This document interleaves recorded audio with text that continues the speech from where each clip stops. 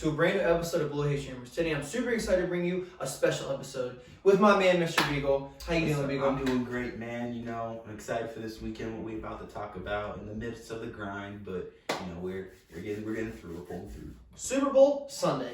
It's officially here. We're super excited to bring you a new episode. I know I'm pumped when they drum it. You gotta be pumping, right? I'm excited. It's the one game that I'm sure whole America looks forward to every year. And you know, some people are taking off holidays. Some people are taking off Sunday and Monday because they know that they're gonna have a party. I know there's a lot of businesses like you said, taking off Monday or like just like don't come into work Monday because people just go that hard. Which, hey, I totally understand. You know, it's the biggest game of the year and we're super excited for it. So with that being said, we're going to dive right in because we got a lot of information to talk about. So last week I went 2-0. With going 2-0, the Rams won. Didn't predict that score right. But the Bengals and Chiefs game, I predicted the winner and the score right. 27-24. I couldn't believe this. And Beagle, you should have put some money on it. Should have put some money on it. Beagle was the one who actually texted me and was like, hey, I think you predicted the score right. I was like, maybe I did. I don't know. I don't remember. I go back and I look and I predict the score. I couldn't believe it. I remember you saying 27. So I was like, I don't remember the other one. Let me just show this man, right? And it was pretty crazy. So Beagle went 1-1. The Rams won, and then the Chiefs lost. But that could have went either way. I could have went 1-1, or he could have went 1-1. You know, because that was a toss-up, and it went down to the final seconds of the game. Man, it was just exciting. It was a great game. So overall, I'm 9-3, and Beagle was 8-4. Now, we may differ on the Super Bowl winner. We'll see. So our records could be tied going into the Super Bowl. We didn't predict the Pro Bowl. I mean, just because. I mean, you saw what they did. Like They don't play defense. They're not going to try in the Pro Bowl. We won't try in the Pro Bowl. So. That's what I'm saying. So it doesn't even matter. But we're going to go ahead and talk about the good and bad. So Beagle, let's talk about the NFC Championship game and how that went. Man, it was a pretty solid game. 49ers had the lead all the way up to about the beginning of the fourth quarter. Yep. Had that 10-point lead. And then it just seemed like Jimmy Garoppolo they couldn't get no drives going. Mm-hmm. He passed, I think, the last 3 drives. He went 1 for 6, -3 yards in the game-sealing interception. Not a good game for Jimmy Garoppolo. I think this is the one game to say that we're done with Jimmy. Let's bring in Trey Lance. I feel like Trey Lance is the key move in the forward. And Jimmy Garoppolo is not a terrible quarterback. I think he's like a Ryan Tannehill quality game manager. And you know, there's teams that fits that system. So it's true. I feel like you can get some good trade value out of him. But I think it's time to pull that plug.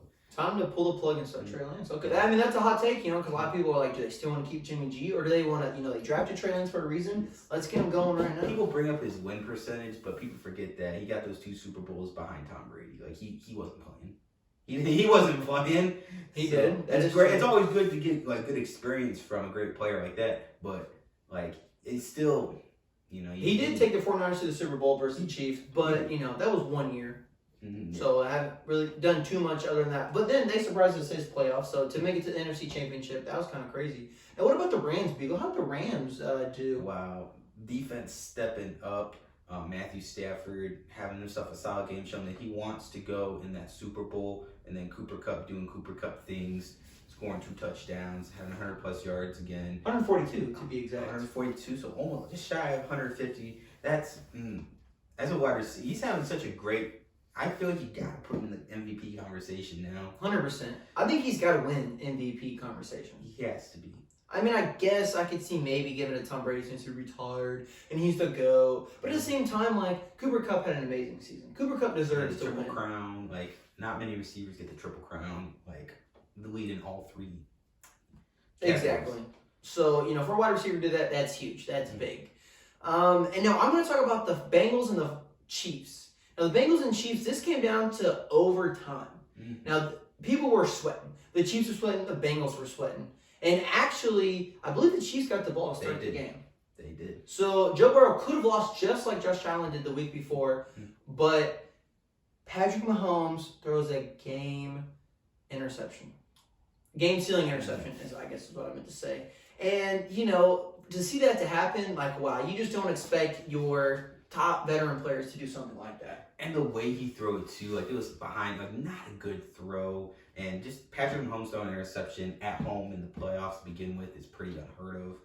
And the way he did it in the crunch time too, and he didn't throw just one, he threw 2. So he had 3 touchdowns to back that up, 275 yards, but that just did not get the job done. That one interception, it could have been 3-1 in the win. It's it's just tough. And I saw another something funny where I think it took him. It was like on his second throw too. It took 13 seconds for him to throw that interception. The same amount of time it took him to go down the field to get that field goal against Josh. That's wild. Like, how funny is that? Great coincidence. So Great script writing NFL. Joe Burrow had 250 yards, 2 touchdowns, 1 interception. Jamar Chase did have a touchdown, so he got on the board there. Joe Mixon had 88 yards but no touchdown. So the Bengals and Chiefs played hard and they fought well. I love the Bengals and what they've been able to do every single week in the playoffs because I feel like they've been an underdog in every single playoffs with Joe Burrow coming back from the ACL tear. I think he'll probably win comeback player of the year. If he don't, I don't like what. Who would? Yeah, who else wins comeback player of the year? I mean, Dak Prescott. Yeah, Which I mean, I get it, but playoff chode versus the Super Bowl. That's what I'm saying. It definitely comes into play there. So the Chiefs could have went either way here. The Chiefs weren't even expected to make the playoffs at the beginning of the season. I think they had them ranked last in the AFC North before this season. And AFC West, but I wouldn't even have been surprised. But at the same time, the Bengals ranked last. Yeah. I mean, I wouldn't even be surprised with that as well, just because that division is really hard. And, the Steelers got in, the Ravens, got hurt Lamar Jackson, and then the Browns just pooped the bed. So, with the Bengals making as far as they did, that's awesome. We're super excited. Who Day, that's what I'm talking about. I know we got a lot of fans rooting for the Bengals right now. A lot of people rooting for the Rams just because it's Matthew Stafford, and, he's coming from Detroit. 12 years in Detroit can take anybody's soul. And now that, he's finally in LA, he's got the warm weather, he's got the nice city, he's got the nice teams and this big stage. He's ready to prove himself in the Super Bowl. Yes, and he deserves it. Odell deserves it. Aaron Donald deserves one. He's been on the stage before against Tom Brady. Couldn't get it done then. So a lot of those Rams players definitely deserve it, with Jalen Ramsey as well. Von Miller's got there. Another ring on his finger. Eric Weddle, he's there. So just to see all these veteran defense, it's gonna be pretty crazy. But we're gonna talk more about that. But first, we want to talk about the NFL news. We want to talk about Mr. Brady. Mr. Tom Brady retired from the NFL officially. But first, it got leaked that he retired, but then he didn't retire. Did you see that? Yeah, Ian Rappaport pulled the plug way too early. Boosh. I don't know what happened there because Ian never leads anybody wrong. But it just seems like just for Tom, I don't know if maybe he did it on purpose. Maybe he did it just because it's Tom Brady and that he's going to be, this is such a big thing. This is something that I thought should have happened 2 or 3 years earlier, but or when he left New England, but he decided to stay around for an extra 2 years. Get one more ring. Yeah, got another ring. So, I don't know. It's just wild. So, I mean, just kind of see that misinformation was coming crazy because then he came out about it. But then, he retired like 2 days later. So, and we all knew it was coming, but I think, maybe they leaked it early to get him to retire earlier so that people can teams can start making their decisions and looking to the offseason and whatnot. Because now the Bucs got to find a quarterback to fill. Exactly. But also, another in NFL news. So, that's it on the latest and greatest Mr. Brady, the GOAT. Potentially, people want to call him that. I hate to say that because I am a Colts fan and what he's done in the AFC for so long when he was on the Patriots. But, that just comes with having dominance and just being able to, have a team behind you, to have a coach behind you, That's just greatness right there. Yeah, I like to say that, another similar situation I like to put. He's like Tim Duncan in the NBA, he got 5 rings, all these stats and accolades, and he had a great coach to back him up. So I just feel like, a similar situation right there. Absolutely. They have veteran experience and how to get the job done. So, next, in the final NFL news, we're going to talk about Joe Burrow. Joe Burrow and Jamar Chase are 6-0 in the playoffs, including college. Joe Burrow and Jamar Chase have not lost a single game. That's crazy. How does it, what do you think about when you hear that? Like, they're 6-0. Do you think that streak can stay alive, or you're like, oh, okay, they're going to 6-0? Well, we're about to find out, but man, 6 straight. Coming from college to NFL, and you're in your second year too, and you still have yet to get your first. Just the fact you're in the playoffs in general, your second year is great, and the fact that you won 6 games already without a single loss, crazy. Like, that's unimaginable, really, to be honest, to think that he made it all the way, and that he's 6-0. But Joe Burrow plays like that. Like, he plays from game to game. He doesn't think about the next game or whatnot. He thinks about the next possession, what they're gonna do. So he carries himself with style. He's got swag about him, man. I mean, how can you not hate this guy? He's got Who hates this guy? great swagger, and he's such a decent guy. I saw a picture of him. I think it was like, it must have been in high school. He was like at the prom, and he had a kid with I think it was like Down syndrome or something, but he was like the king, and he's taking pictures with him, and being nice, and This guy's just a nice guy. He's for the community, man. And that's what the NFL needs, is some less people that are problematic in the off the field, and more nice, kind-hearted people. Exactly. So we love to see it. We love to see what Joe Burrow and the Bengals are doing. But can the streak stay alive? Comment below. Me personally, I'm not sure. We'll find out coming this Sunday. Now, the last NFL news we want to talk about, I didn't realize I had one more, was the number one picks are going at each other again. Matthew Stafford was the number one pick back whenever he got drafted. 2009. 2009, Biegel and I knows. And then Joe Burrow getting drafted in 2020. So number one picks are going against each other. How awesome and cool is that to see number one quarterbacks going against each other? It's nice. I don't know how many times, like in the Super Bowl, 2 former number one overalls have gone against each other. We have to look that up. If this is the first one, definitely not the first one. What 2 number ones would go out, like Matthew Stafford and Joe Burrow? Who would have thought? Man, but then again, not a whole lot of number one overall quarterbacks go to the Super Bowl. No, not at all. I know Peyton Manning and Cam Newton faced off, so I don't know how many times this has. Oh, yeah, that is true. That is true. So let's see here. I saw David Carr. There's like no way. I know I'm like looking, but I just want to make sure. Come on now, guys. So Cam Newton and Peyton Manning became the first pair of quarterbacks selected number one off to square in the. So actually, this is the second meeting. This is the second. Oh dang! Wow. Like I say, yeah, they don't make it too often, but when you have a go in yourself in Peyton Manning and someone who was very dynamic at the times, Superman Cam. It's possible like that, but wow. And to see this run going on, to Matthew Stafford to be in Detroit for so long, and to finally he's out, and this is his first year out. And he went straight there. I think LA was favored to be for a Super Bowl before the season started. They're like high up there. I said probably like probably second with Tom Brady as well. Chiefs. So, and then to see Joe Burrow, like you said, come back from his ACL, everything that he's been able to do, and now he's in the Super Bowl. So a younger team with younger stars going into the Super Bowl for the first time, and then an older kind of experienced team in the Super Bowl with the Rams. Jalen Ramsey has been there, Von Miller's been there, Aaron Donald's been there, Eric Weddle has been there. There's a lot of players that have been there, but Matthew Stafford hasn't been there. The oldest person on that team, actually, no, I take that back. That left tackle's like 40, but yeah, one of their big veteran people haven't been on there, but all these people. So this is the first time for Joe Burrow and Matthew Stafford to be on the big stage. So nerves are going to be running high in Las Vegas, ladies and gentlemen. With that being said, Super Bowl Sunday is this Sunday. It's here, and it's time to give our predictions. Because we're ready, and we're not only going to give our predictions, but we're going to give our score, and we're going to give our finals, our Super Bowl MVP. Yes. And who's that going to be? All right. So here we go. Beagle, start us off here. It's at 6:30 this Sunday, February 13th. The Rams and Bengals. The Rams aren't coming into the Bengals. The Bengals aren't coming into the Rams. Actually, take that back. Yes. It's at the Rams. So the Bengals are basically coming into the Rams. They're coming into a home game. This is only the second time this has ever happened where last year team has hosted the playoffs or is going to host Super Bowl and make the Super Bowl that same year. Tom Brady and the Bucs did it last year, and they got the dub. And now the Rams have it this year. So who comes out on top? And who is the key factor to win the game for the Rams or the Bengals? All right, so we're ready.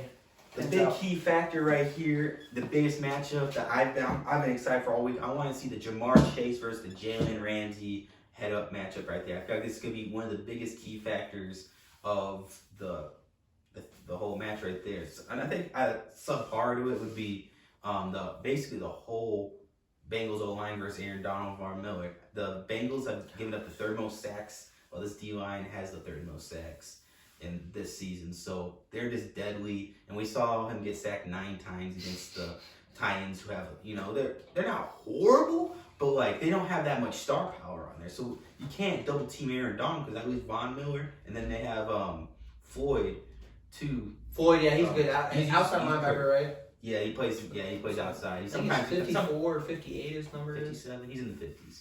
But he's crazy athletic, good. Miss him in Chicago. he's a great guy. But I said he has so many. That front is so stacked, and he had Jalen Ramsey locking down and Eric Weddle over the top. So it's just like this defense is so strong. Man, I know the Bengals defense is so too, and with that, I'm gonna go with the Rams. Give me 31. We're gonna go 31-20. 31-20. 31-20. And my Super Bowl MVP. Give me Cooper Kupp. He's been on fire all playoffs, and it's the biggest stage right there. Give me Cooper Kupp. The last wide receiver to win MVP, Julian Edelman, was against the Rams 2018. So he'll be the next wide receiver to win one right there. Wow, absolutely, man. And I think the Super Bowl is, going to come down to who shows up first. Do the Rams show up first with that defense that they really come out stout? Or do the Bengals start firing off and does Joe Burrow get into his rhythm early? So I think it's definitely going to come down to the quarterbacks as well, just because it's the first time for both of them coming in here. And this is going to be a great Super Bowl. I'm excited for this Super Bowl more than I have been in the past years, just because it's kind of been a little bit of Tom Brady in there or Patrick Mahomes. So this is completely different. These are two teams that have not made the Super Bowl in a very, very long time. Well, actually, the Bengals a long time. The Rams made it a few years ago. But anyways, I like the Rams. I like Matthew Stafford. I've been saying I want him to win MVP from the start of the season, but that's not going to happen anymore. But the Bengals, Cincinnati, who day? We're rocking with the Bengals. We're rocking with Joe Burrow, the style. We're going Bengals here. And with me saying that, this game could go either way. So, like I've been saying, the Rams can win this or the Bengals can win this. And I'm rooting for the Bengals as well, but I won't be too devastated if the Rams win as well. Because like I said, I like Matthew Stafford. So to me, it's kind of like when I went to the Ball State and Notre Dame game. And I was rooting for both sides. Because I obviously went to Ball State, but I love Notre Dame with a passion. So here it's like, I love the Bengals with a passion, but I also like Matthew Stafford and the players that the Rams have. So with that being said, I'm going with the Bengals, without a doubt. And the final score here is going to be...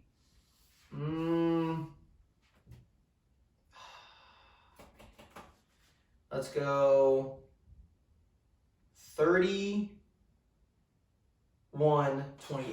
31-28. Game-winning field goal? Game-winning field goal. From the coldest kicker in the NFL? From the coldest kicker in the NFL, because they're selling out jerseys. That's here great. we go.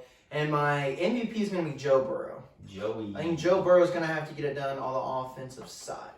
Yes. So, I don't know if you guys saw or not, but the Simpsons predicted the Super Bowl correctly, and they've got the Bengals winning. I think it's 31-28 as well. I'm not sure what the score is, but my buddy sent it to me earlier today, and I can't exactly remember. But I think it's going to be a high-scoring game.